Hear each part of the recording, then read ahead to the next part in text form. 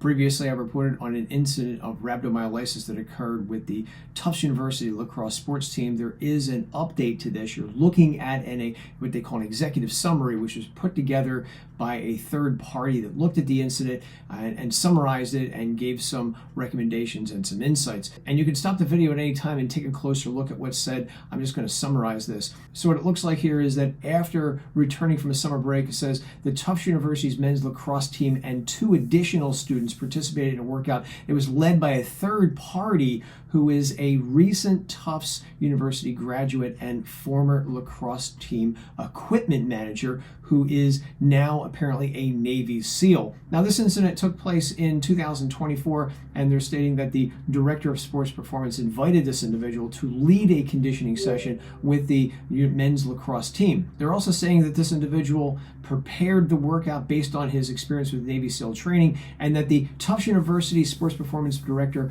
approved the workout plan that very same day. They also state that he didn't share the workout plan with the other members of the athletic department in advance prior to this, but rather texted a copy of the workout to everybody else in his staff an hour before the workout occurred. It stated that the workout consisted almost entirely of upper body exercises, which right off the bat doesn't make any sense because lacrosse is more than an upper body sport. It's also stated that the students performed somewhere in the neighborhood of about 250 burpees during this 75-minute workout. And to be clear, there were 61 people who took part in this workout. Of those 61, only 24 were able to complete the full workout. In other words, that's 40% of the total who took part in the workout. 2 days later, some of these students started experiencing symptoms of rhabdomyolysis, and several members of the team had to go to the hospital. Following the investigation, they report some key findings here. I'll just summarize them. You can again stop the video, take a closer look.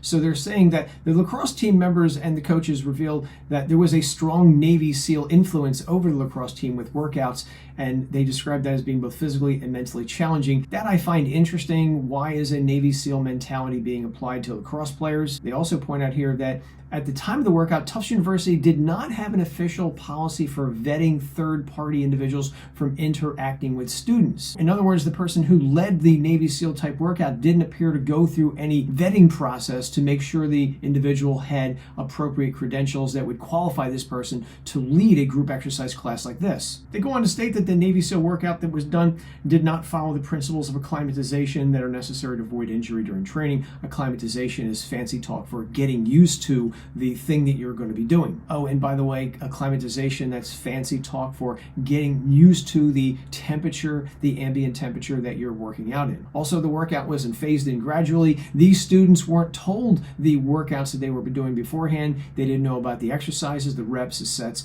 etc., which again is something that is common in people who get rhabdomyolysis.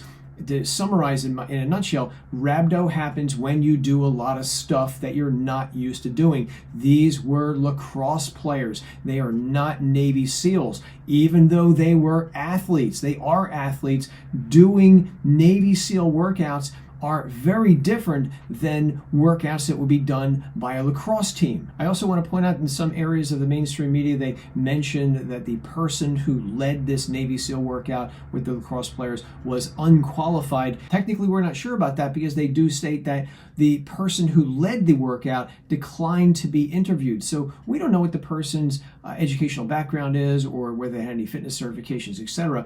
But I'm not quite sure that would matter, because this workout was approved by the director of sports performance at Tufts University, who, from what I can gather, has a master's degree in exercise science and is also a certified strength and conditioning specialist. If that's correct, this reinforces what I have been saying for years, and that is the educational system and the fitness industry themselves have failed coaches and personal trainers because they fail to talk about rhabdomyolysis adequately. Most don't even talk about it at all, or if they do discuss rhabdo, it's a very basic summary of rhabdo. For example, I've been told by people who have taken high-end courses in college that rhabdo, when it is covered, was only covered for about 5 minutes, and they didn't really get a good sense of what it was, and the teacher basically said it's a rare side effect of exercise, and they kind of left it at that. And that's a big problem because education prevention is the best defense against getting rhabdo, and it's why I'm going to continue to speak out to help people avoid this condition in the future.